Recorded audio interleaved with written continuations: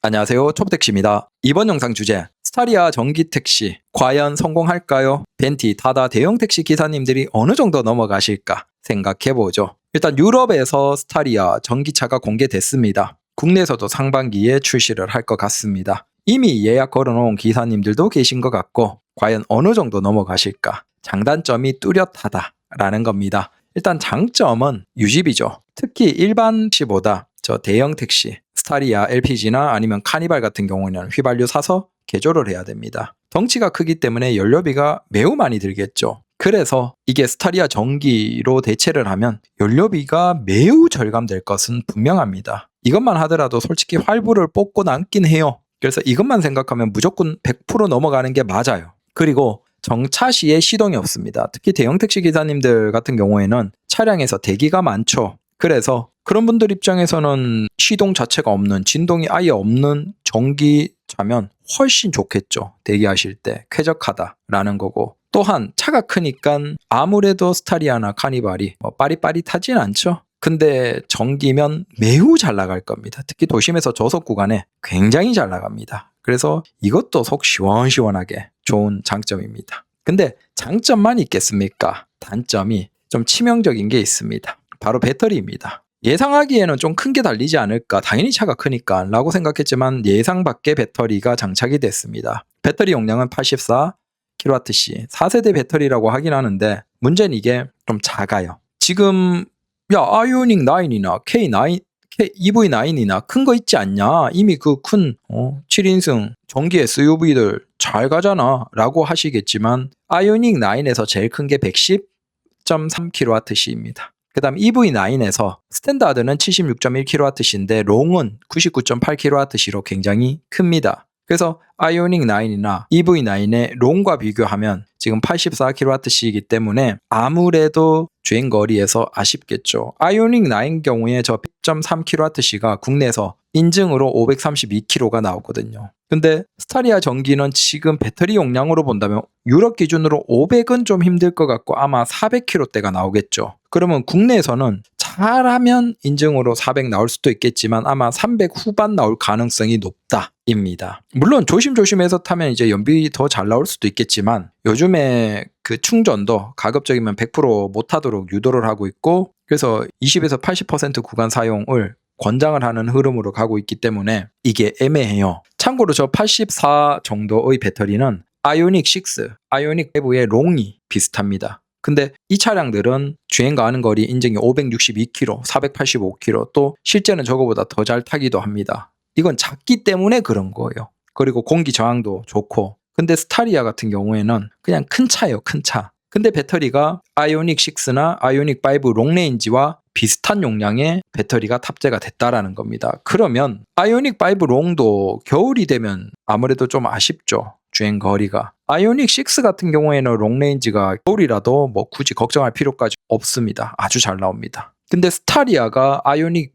5, 아이오닉 6 롱과 배터리가 똑같은 라고 한다면 이건 봄, 여름, 가을은 그나마 괜찮겠지만 겨울은 주행거리가 굉장히 짧겠죠. 그래서 이게 애매한 거예요. 이게 일반 택시면 그래도 상관은 없어요. 어차피 뭐 자기 지역에서 아니면 장거리 해봤자 인천공항이니까 그 정도 크게 상관이 없죠. 근데 저분들은 이제 대형 택시란 말이야. 고급 벤티, 타다 대형 기사님들은 장거리가 많아요. 그래서 그 기사님들 중에서 난 단거리 위주다, 아니면 도심 위주다, 아니면 나와서 한 200km를 안 탄다 라고 하면 이분들은 그 연료비 절감하는 걸로 차값 할부 퉁치고도 남을 겁니다. 뭐 불편함은 있겠지만 어차피 지금 스타리아나 카니발 오래 타셨다라고 하면 대폐차 하는 거 추천드립니다. 저는 연료비 줄이는 것만 하더라도 아마 할부 충분히 까고 남을 거예요. 근데 문제는 이제 반대편이죠. 장거리 위주, 그 다음 지방도 가끔씩 가고, 그 다음 300km 이상 하루에 타는 기사님들은 좀 애매해요. 부지런하셔야 돼요. 기존 같으면 뭐 충전하는데 길어봤자 3분, 4분이죠. 그러면 사실 장거리를 잡아도 상관이 없어요. 연료가 없을 때도. 왜? 어차피 손님들도 장거리 가면 한 번에 거의 안 가거든요.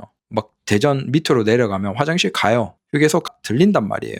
그러면 어차피 그때 잠깐 쉬면서 네, 충전 잠깐 하고 가겠습니다. 그러고 뭐 길어봤자 2분, 3분이니까 아무런 문제가 없어요. 연료가. 그런데 전기 택시는 이게 이제 달라져요.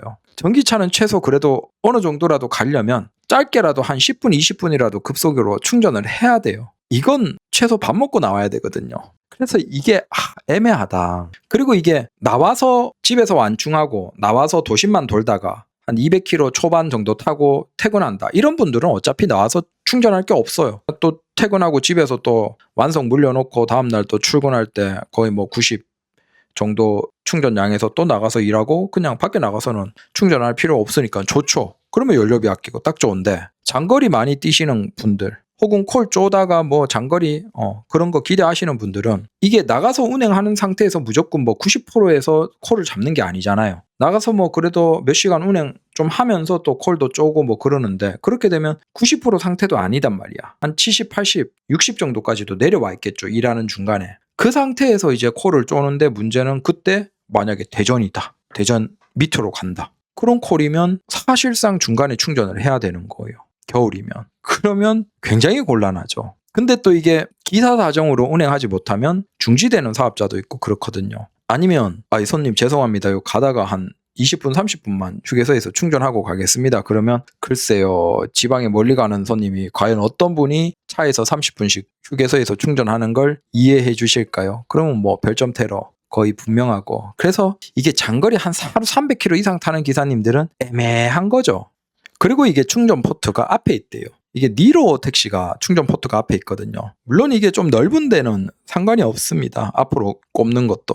근데 이게 아파트나 아니면 뭐 외부 충전에서 좀 좁은 지역들도 그러면 이게 앞으로 꽂는데 애매하게 각이 안 나올 때가 있어요. 특히 옆에 이제 충전 또 하고 있어서 그 좁은 지역에 넣어야 될 때는 진짜 곤혹스러울 때가 있거든요. 근데 그나마 니로는 차가 작아요. 문제는 스타리아는 차가 크잖아요. 이걸 전면에 충전 포트 있으면 앞으로 꼽아 넣어야 되는데 이것도 애매한 거죠. 그래서 이게 참 뭔가 아쉽다. 속 시원하게 무조건 이건 정답이다. 이게 아니라는 겁니다. 배터리도 저 아이오닉 9 정도가 안 되면 저 EV9 롱 정도로 한 99.8 거의 100에 가까운 저 정도만 넣어줘도 굳이 나가서 충전 안 해도 되거든요. 거기에다가 충전 포트가 뒤에 있으면 당연히 좁은 곳에서 차가 좀 커도 뭐 불편함이 크게 없는데 이게 충전 포트가 앞에 있고 배터리 용량이 아이오닉 6나 EV6의 롱레인지와 비슷한 84kWh야. 그러면 이게 겨울에 장거리를 인천공항을 서울에서 2번 왕복할 수 있을까요? 130km 잡고 260km 타야 되는데 이게 유럽 인증으로 400 나온다라고 하면 국내에서 300 후반 나올 때 근데 국내에서 100% 충전은 이제 점점 권장하지 않고 90, 80% 충전량에서 20% 정도까지 쓴다라고 할 때 이게 인천공항 2번 왕복이 가능한가? 애매하다라는 겁니다. 그러면 중간에 충전하면 또 시간 날리고 또 그 상태에서 또 장거리 콜을 잡기도 애매하고 그래서 가끔 저도 그 전기 택시 탈 때 어떤 일이 있었냐면 인천공항에서 충전하고 있는 상태에서 콜을 못 잡을 때가 있거든요. 그러니까 서울에서 손님 모시고 인천공항 와서 내려드리고 그 간당간당해. 근데 계산은 하잖아요. 인천공항까지 가는데 뭐 몇십 킬로 60, 70 잡고 그러면 내가 지금 8, 90이 가능하니까 한 10킬로, 20킬로 남겨놓고 충전하면 되겠네 라고 생각해. 그래서 손님 모셔드리죠. 근데 내려드렸는데 충전하고 있는 그 중에 한 최소 2, 30분 이상은 해야 되는데 그 충전하는 중에 장거리 콜이 뜰 때가 있어요. 그래서 보고도 못 잡은 경우가 종종 있거든요. 아마 이제 그런 경험을 이 스타리아 전기택시 기사님들도 많이 하시겠죠. 그래서 이게 연료비 면에서는 압도적이라서 분명히 장점이 왔습니다. 그래서 즉시 콜 위주로 하시는 기사님들은 뭐 크게 고민할 필요가 없죠. 어차피 또 전기차가 고장도 적고 연료비 교환하고 오일 교환하고 이런 것도 거의 없기 때문에 감속기만 이제 뭐 한 8만에서 10만에 한 번씩 교환해주면 되죠. 그래서 차 관리하는 것도 없어서 스트레스 없고 굉장히 좋습니다. 좋은 거 맞는데 문제는 주행거리랑 충전 포트 앞에 있는 거 은근히 불편하겠다. 그래서 요즘 보면 그 카니발이랑 스타리아 하이브리드 많이 뽑으시던데 아마 하이브리드랑 요 스타리아 전기 중에서 기사님들이 많이 고민하실 것 같습니다. 잘 고민하시고 구입하시길 바랍니다. 감사합니다.